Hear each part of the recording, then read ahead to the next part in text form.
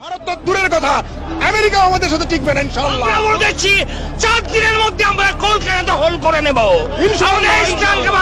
আমরা দখল করে নেব। আসাম দখল করে সামরিক বাহিনী, ছাত্র জনতা আমরা একত্রে আছি। আমরা আমার 5000 সদস্য, এই 5000 সদস্যের মধ্যে অর্ধেকই নবীন, 2500 আমরা যুদ্ধের মাঠে যেতে পারি।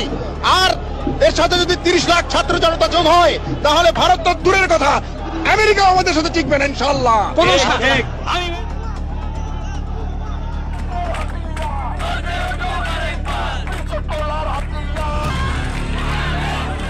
কলকাতা দখল করে নেব এমন হুঁশিয়ারি দিয়েছিলেন বাংলাদেশের সেনা কর্তারা, যা সোশ্যাল মিডিয়ায় ভাইরাল।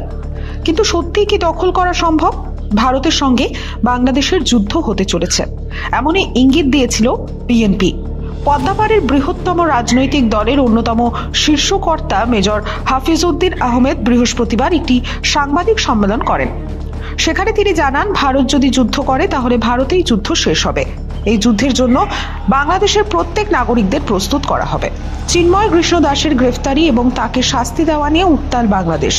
আগেই ভারত বিরোধিতার জিগির উঠেছিল, কিন্তু এবার সরাসরি যুদ্ধের হুমকি দেওয়ার ফলে অনেকেই প্রশ্ন তুলছেন, তাহলে কি সত্যিই দুই দেশের মধ্যে যুদ্ধ হতে পারে?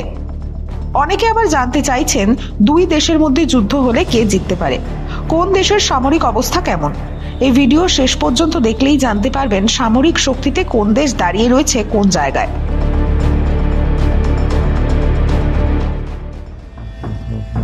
সম্প্রতি একটি রিপোর্ট প্রকাশ করেছে গ্লোবাল ফায়ার পাওয়ার নামে একটি ওয়েবসাইট।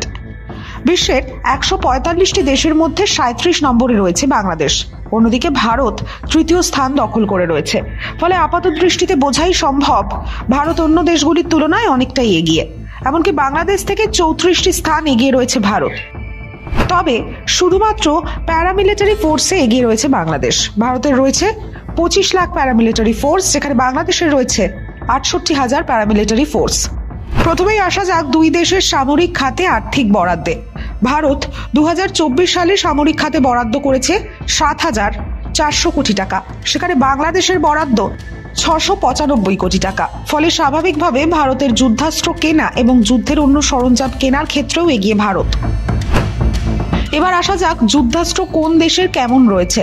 বাংলাদেশের রয়েছে 44টি যুদ্ধ বিমান, যেখানে ভারতের রয়েছে 606টি যুদ্ধ বিমান। অন্যদিকে বাংলাদেশ সেনাবাহিনীর মোট বিমান রয়েছে 216টি এবং ভারতের রয়েছে 2296টি বিমান। ভারতীয় সেনায় রয়েছে 351 জন প্রশিক্ষক। ভারতীয় সেনায় যারা যোগদান করেন তাদের প্রশিক্ষণ দিয়ে যুদ্ধোপযোগী তৈরি করেন তারা। অন্যদিকে বাংলাদেশ সেনাবাহিনীর প্রশিক্ষক সংখ্যা মাত্র 87 জন।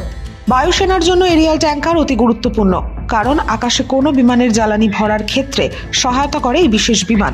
ভারতীয় সেনাবাহিনীর কাছে এরিয়াল ট্যাঙ্কারের সংখ্যা 6টি, কিন্তু বাংলাদেশের কাছে এই ধরনের বিমানের সংখ্যা একটাও নেই।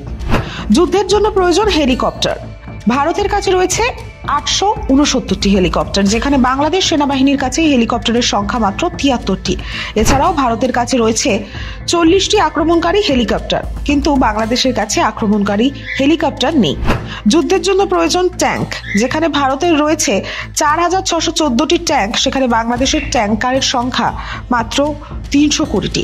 এছাড়াও মোবাইল রকেট প্রজেক্টর ভারতের রয়েছে 702টি এবং বাংলাদেশের কাছে রয়েছে 71টি। অন্যদিকে ভারতের কাছে 2টি এয়ারক্রাফট ক্যারিয়ার থাকলেও বাংলাদেশের কাছে কোনো এয়ারক্রাফট ক্যারিয়ার নেই। ফলে যুদ্ধের সরঞ্জামের দিক থেকেও এগিয়ে ভারতীয় সেনাবাহিনী। নৌবাহিনীর ক্ষেত্রেও এগিয়ে রয়েছে ভারতীয় সেনাবাহিনী। ভারতীয় সেনাবাহিনীর কাছে রয়েছে 18টি সাবমেরিন। অন্যদিকে বাংলাদেশের কাছে 2টি সাবমেরিন। ফলে নৌবাহিনীর ক্ষেত্রেও এগিয়ে ভারত।